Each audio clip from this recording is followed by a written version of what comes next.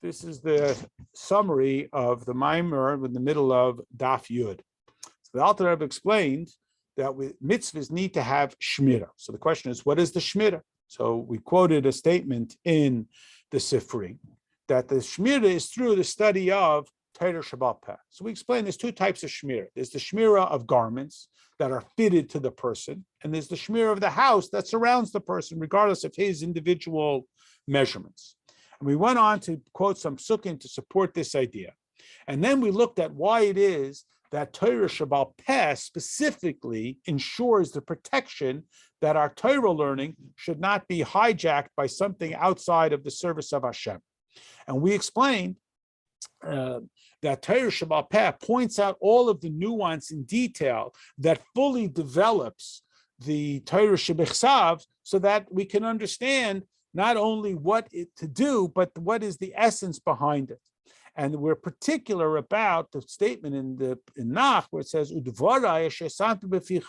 my words I place in your mouth. So it's not Hillel's words or Shammai's words, but Elu ve'elu divrei Elikim Chaim. They're God's words. They are simply manifest through Hillel or through Shammai. And then we went on to describe the function of a house which protects a person from the elements. So too, the study of Mishnah protects a person to make sure that their mitzvah execution is done properly. This now allowed us to understand the process of the psukim, or the sequence of the psukim, that it says this is the mitzvah, that is when we draw down the will of Hashem, the level that is like the protection of the soivev into the lasos baruch, to do them in the land, to bring them down here into the mamale. We take the abstract and we make it immediate. Then we start a new mimer that's based on another pasuk in the Parsha Dvarim L'Matidas Hashem Elikecha, that our mitzvah, our mission is to understand this idea that they are called the mitzvahs of Hashem and that they come from Malchus. And again, we started to talk about how mitzvahs come really from Atzmus of Hashem. The challenge is that in order to go from Atzmus, even from the level of Atzilus, into the level of Bria, it must pass through Malchus, because Atzilus is way too much Giloi, even for Malachim, even for the residents of Bria, even for the creation of Bria, as amorphous as that is, as non-nuanced as that is, it cannot be makabel directly from Atzilus. So it passes through this transformative experience called the Malchus.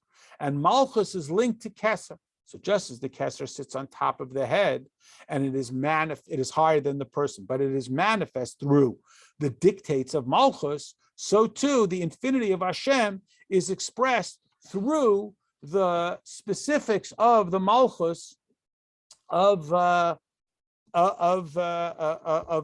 rules and the specific mitzvahs. And this is considered a yesh mi'ayin, because relative to the level of Bria, Atzilus is ayin, it's incomprehensible.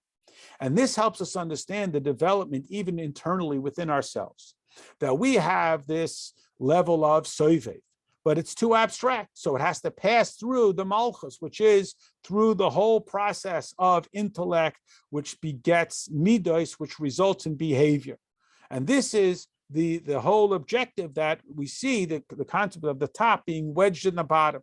And this is why before every mitzvah, we do it once a day before Vaeschanan, we make the declaration to never forget that our objective is to evoke the unity of Kudsha Brichu and Shchinte. We have to make sure that those two are absolutely not bifurcated. And that can happen if we allow ourselves to get in the middle. And this is the idea that a child doesn't have the ability to produce outside of himself. They're completely self-absorbed. But as their intellect grows, they have the capacity to impact the world, to bring about true unification. And that's the goal of intellect. And this is what is illustrated in the distinction between Reb Meir and Shlomo HaMelech, that we praise them by the quantity of their mashalim, 300, 3,000. Why is that so fantastic? Why is that so important? Because it's the ability to take an abstract idea and bring it down into the most tangible. So now we can circle back to the pasuk that says, and now Yidin, Ma Hashem Elikecha Shem Imach, what does Hashem ask me? Only you should fear him. And the Gemara explains that it's not just Ma, what, but Mea, 100. What does Hashem ask? He asks you for 100 touch points, 100 brachas. So now we understand that this is the idea, that we want to draw down this level that is ordinarily overwhelming, like at Har Sinai, when our souls left our bodies. We bring it down through the 100 brachas, each one of those being another mechanism through which we make it into Hashem Elekecha, the personalized experience of it, not just that Hashem and Elohim are one, the personalized experience, because Torah is rooted in the level of Keser and the level of Chacham that's beyond it. And the manner in which it is manifest through us is through the mitzvahs, which is what we are able to grasp, like the levushim, and again, like the levushim that are distinct from the house, both are makif, but the levushim are personalized, and the house is impersonalized. It's not tailored to the individual.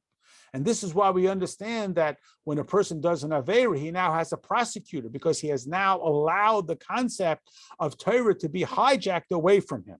And the manner to protect himself for this is through the Shmira of total bittul, which is why we have to have the bowings during the Shemona Esrei to ensure that our Torah is in pursuit and driven by love and fear of Hashem, and not, God forbid, by any selfish objective, which would disrupt the relationship consequence.